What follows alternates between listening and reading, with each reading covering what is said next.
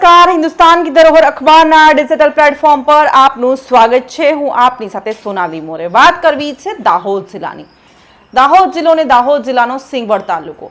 આ સિંગવડ તાલુકાની જે મામલતદાર કચેરી છે એ મામલતદાર કચેરી જાણે આ જે સરકારી બાબુઓ હોય છે એ બાબુઓની મનમાનીથી ચાલતી હોય તેવા દ્રશ્યો સિંગવડ તાલુકાની મામલતદાર કચેરીમાં સર્જાયા છે। જી હા, દાહોદ જિલ્લાના સિંગવડ તાલુકાની જે મામલતદાર કચેરી છે એ મામલતદાર કચેરીમાં જાણે જે સરકારી બાબુઓ છે એ બાબુઓના મનમાનીથી ચાલતી સરકારી કચેરી હોય તેવા દ્રશ્યો સામે આવી રહ્યા છે। જે કચેરીમાં આસપાસના ગામની જે જનતા છે એ જનતા પોતાના સરકારી કાગળોના કામકાજ માટે આવતી હોય છે, જેના કારણે જનતાના માટે સરકારના જે નિયમો પ્રમાણે વેટિંગ રૂમમાં તે લોકો બેઠા હોય છે। તો એ વેટિંગ રૂમમાં એ એરિયામાં પંખા અને પીવાના જે પાણી હોય છે એ પાણીની પણ સુવિધા પૂરી પાડવામાં આવતી હોય છે, પરંતુ આ ઓફિસમાં બેઠેલા જે બાબુઓ છે એ જનતાના ટેક્સના રૂપિયેથી ભરાતા લાઇટ બિલના આધારે પોતાની ઓફિસમાં એસી રૂમમાં મસ્ત મોલા બનીને બેઠેલા હોય છે અને જનતા માટે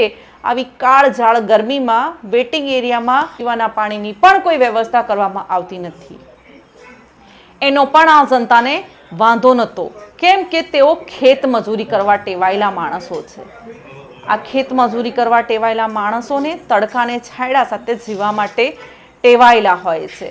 પણ સવાલ મોટો એ થાય છે કે સરકારની તિજોરીમાંથી પીવાના પાણીના લાખો નહીં પરંતુ કરોડો રૂપિયાના બિલો મૂકીને કેટલા રૂપિયાના બિલો ઊભા કરીને ગ્રાન્ટના નાણાંની ઉપાચત કરવામાં આવી છે તે તો તપાસ બાદ જ બહાર આવે તેમ છે।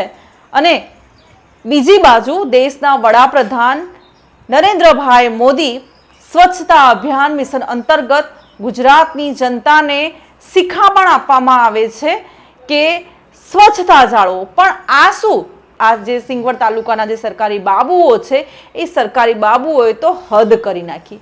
આ બાબુઓ દ્વારા જ સ્વચ્છતાનું પાલન કરવામાં મામલતદાર કચેરી જાણે ખાડે ગઈ હોય તેવા દ્રશ્યો મામલતદાર કચેરીની અંદર અને આસપાસના જે મેદાનમાં ગંદકીથી ખદબદતા દ્રશ્યો સર્જાયા છે। ઓફિસની બારીઓ પરથી પણ માવા અને મસાલા ખાઈને આ બાબુઓ દ્વારા જ થૂકવામાં આવ્યું હોય તેવા દ્રશ્યો ચીકી ચીકીને પોલ ખોલી રહ્યા છે। આ તો પેલી કહેવત છે ને કે શેઠની શિખામણ ઝાંપા સુધી, તેવા દ્રશ્યો અહીં પણ જોવા મળી રહ્યા છે। સરકારનો પગાર ખાય છે એ હરામ ખાયાઓ જ સ્વચ્છતા જાળવતા નહીં અને જનતાને શિખામણ આપવા માટે નીકળે છે। અગર જો સ્વચ્છતા જાળવી છે તો આ બાબુઓને સંદેશ આપવો છે કે સ્વચ્છતા અભિયાનના રૂપિયાની કટકી કરવામાં તમે માસ્ટર માઇન્ડ બનેલા બાબુઓ પહેલા તમારે જ આ સ્વચ્છતાને અપનાવવી પડશે, પછી જનતા પાસે આશા રખાય કે સ્વચ્છતા જાળવવી જોઈએ।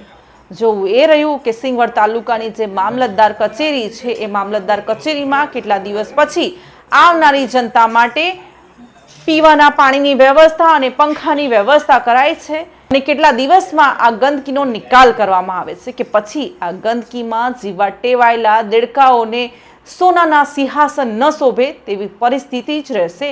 એ તો હવે આવનારો સમય નક્કી કરશે। આવા જ નવા ન્યૂઝના અપડેટની સાથે ફરી મળતા રહીશું, પરંતુ તમે હિન્દુસ્તાન કી ધરોહર ચેનલને લાઇક, શેર અને સબસ્ક્રાઇબ કરવાનું ભૂલશો નહીં। નમસ્કાર।